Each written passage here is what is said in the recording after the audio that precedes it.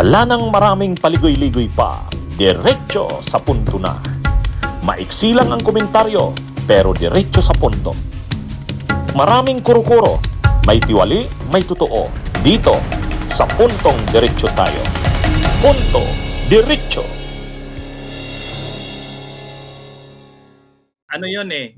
Pero may tama yung warning ni dating Senador Trillanes. Medyo may foul na ginawa sila Baligo doon.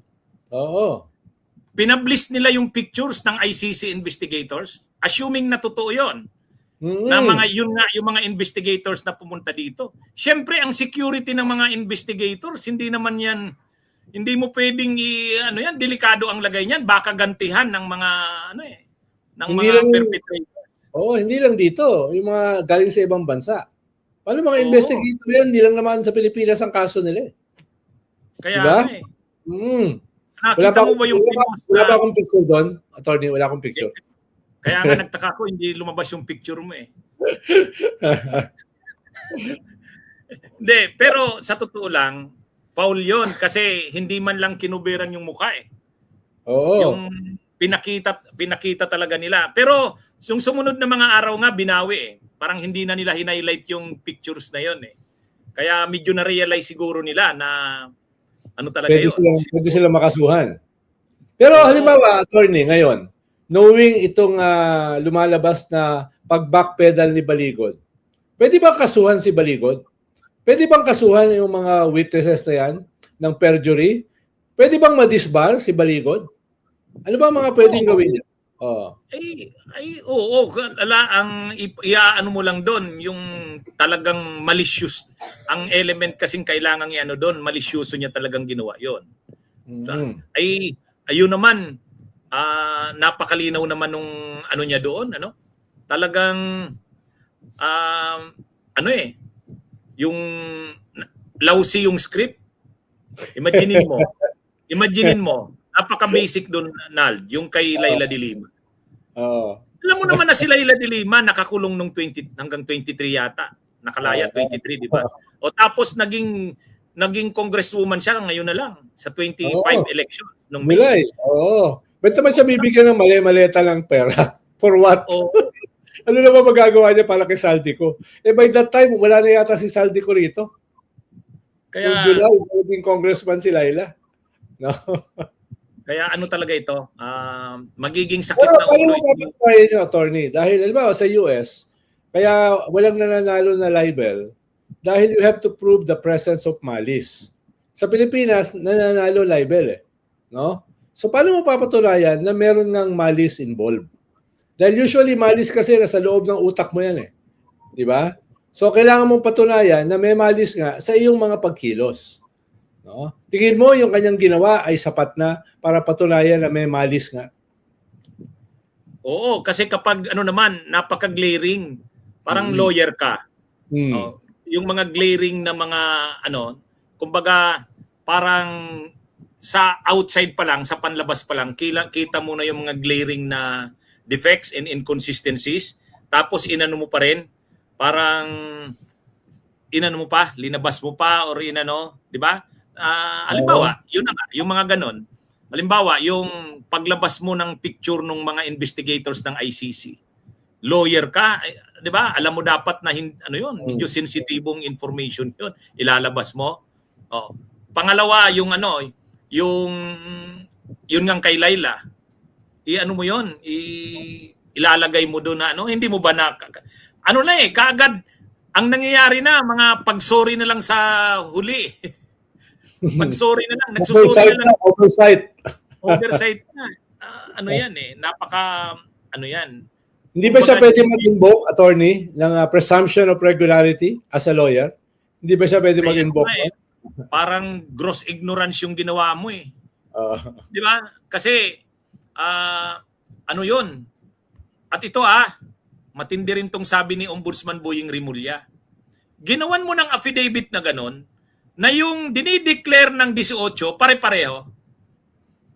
Ibig sabihin, sa lahat ng dineclare, alam mo kasi, kung 18 tayong tatlo magkakasama pagpunta doon halimbawa kay PBBM na bahay sa Paway.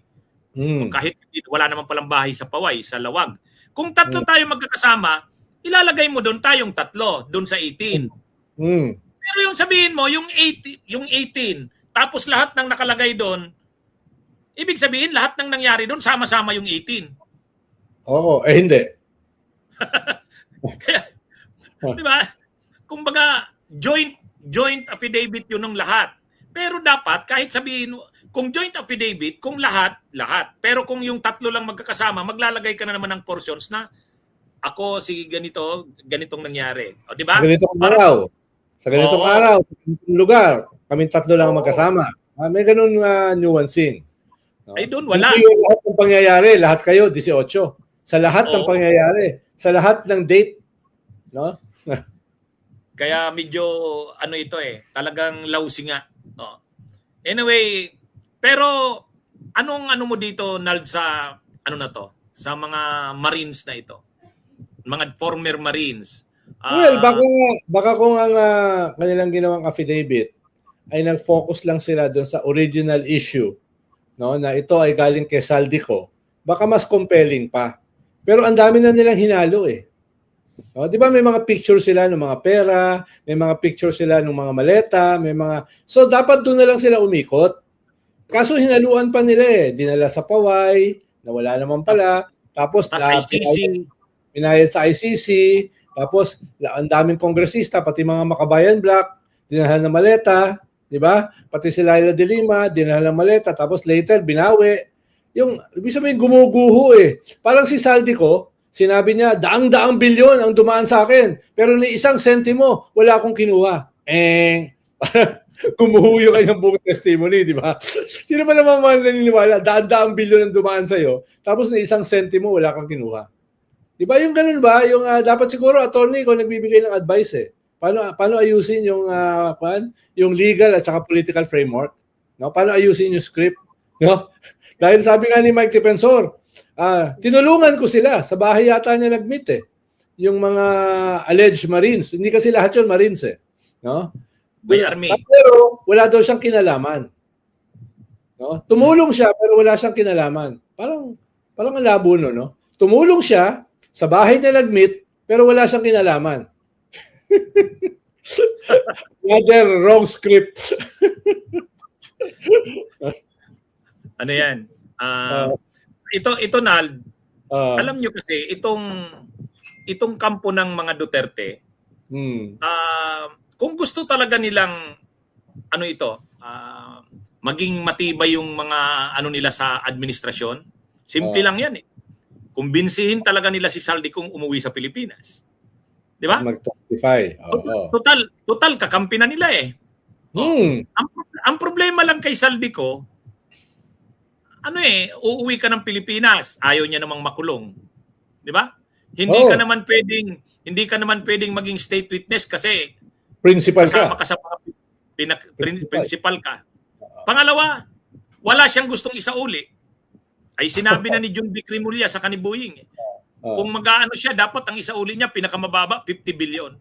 Ay kumbaga isa sa uli pa ba yan ni Saldico? Kaya wala talaga eh. Tatago na lang siya, di ba? Oo. Kaya pero kung umuwi si Saldico, parang gawin niya yung katulad ng ginawa ni Bernardo. Pagkatapos lumabas na rin si Gutesa kung nasaan man, magsusuportahan.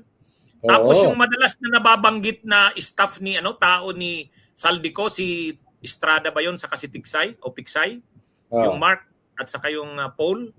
Kung mag-testify kasi yan yung laging nababanggit nila kahit nila Alcantara at saka ni Bernardo eh. Yun ang ka-meeting nila lagi pag nag-deliver sila, yung Estrada at saka yung Tiksay. O ngayon, tapos si Gutesa dahil silang nagdi-deliver. Tapos sasamahan itong mga Marines na ito na kasama sila yung nag-i-escort. Ay ang tibay nun. Ang problema kasi wala eh. Bunyog, halikan na kasama ka. Bunyog, kapag buklod ay may pag-asa. Luzon, Visayas, Mindanao, isa ang pananaw. Sa bagong Pilipinas ang bunyog isisagawa. sumisigaw.